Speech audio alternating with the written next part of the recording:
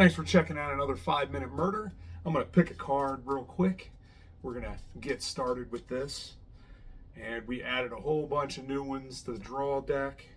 Oh, look at this. Tonight, we got the Teflon Don himself. From our organized crime expansion, we've got John Gotti, who is a very interesting. We've talked about him several times before. We got no timer, so I'm going to read this real quick and we'll get started. So John Gotti was born October 27th, 1940, died on June 10th, 2002. He was the boss of the Gambino crime family from 1986 to 1992. So only 6 years. Gotti took over the Gambino crime family after the assassination of Paul Castellano in 1985. Gotti became a public figure, recognizable for his expensive tailored overcoats, fancy scarves, and his charismatic personality in front of the news cameras. He was the target of numerous investigations in the 1980s and earned the nickname the Teflon Don after being acquitted in 3 high-profile trials. In 1992, he was found guilty of racketeering and 5 counts of murder. His underboss, Sammy Gravano, became an FBI informant, and Gotti was sentenced to life without parole. So, Gotti passed away in 2002, I believe, from cancer.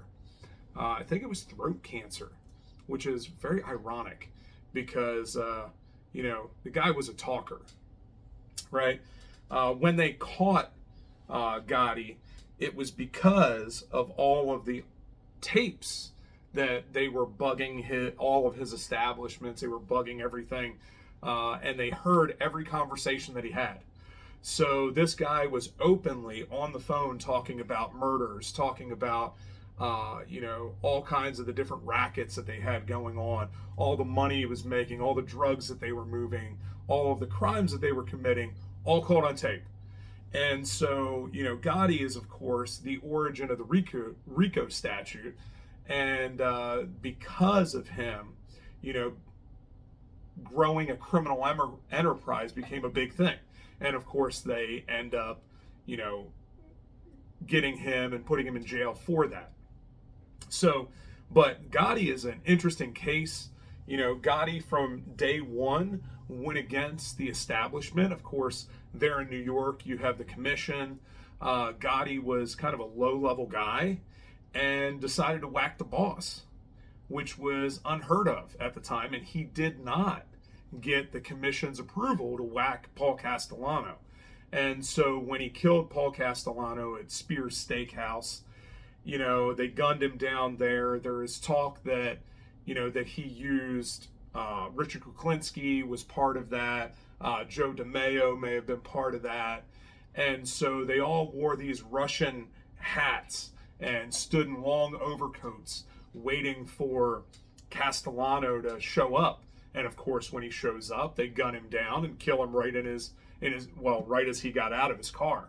So Gotti then takes control of the Gambino crime family, and it is one of the kind of the last hurrah for the mob.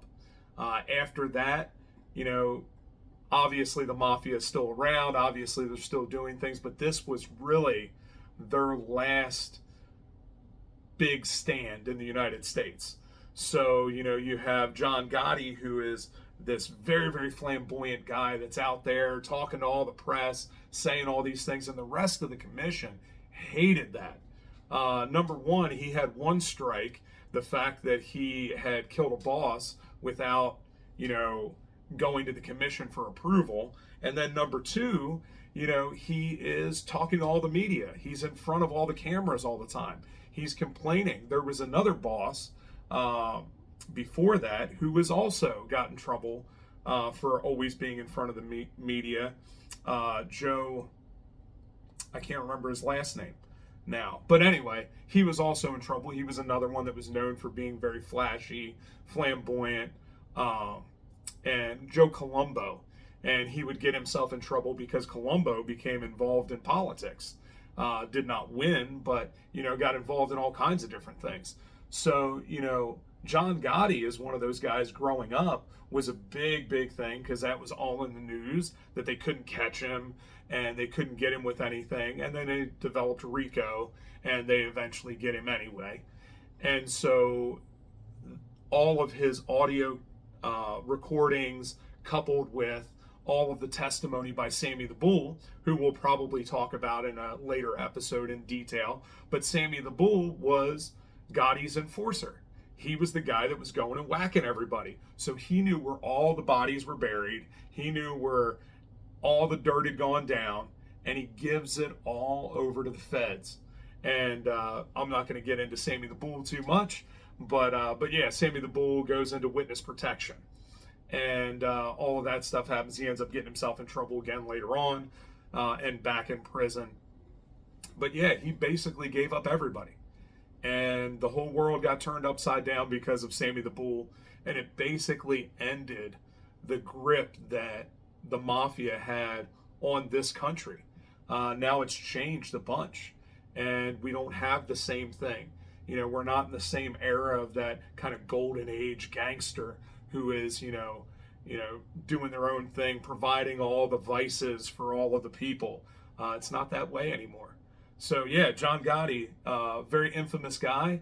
I wonder if he had anything to do with killing my dad's friend Angelo Bruno, because I know that he wanted control of Atlantic City, which the Philadelphia mob had control of. And oddly enough, after Angelo Bruno is gunned down, very similar to the way that Paul Castellano was killed, Gotti ends up getting control of Atlantic City. And of course, as if you know or don't know, Atlantic City is a shithole now. There is nothing left there. So the days when Angelo was running it and it was the Vegas of the East, it is not anymore. It's a terrible place. So yeah, thank you guys for joining us. This 5-Minute Murder. Check us out again next week. We drop an episode every Friday. I am off this week. I don't have anywhere to go, thank God. It's very nice to relax. Next week, I will be in Indianapolis for Gen Con. So we'll be bringing Killers, a card game there. We will also be releasing our Mass Murderers expansion. So if you guys have not picked up Killers yet, make sure you get it. On 8/1, we'll be dropping it on Kickstarter. That's next Tuesday. Make sure you get on there. The quicker we can meet all of our goals, the faster we can get the product out to you, and you guys can get some Killers love too. Lots of fun. If you get the organized crime expansion, you can play with John Gotti, and you can use him to go out there. I will tell you that Gotti has the second highest stats in the game. Pretty prolific guy. So yeah, check it out. Check out Killers. Go and check it out at scorpionlairgames.com. And follow us and all the stuff that we do. Talk to y'all soon. Пусти мою руку, хочу тебя потерять. Ходи, хватит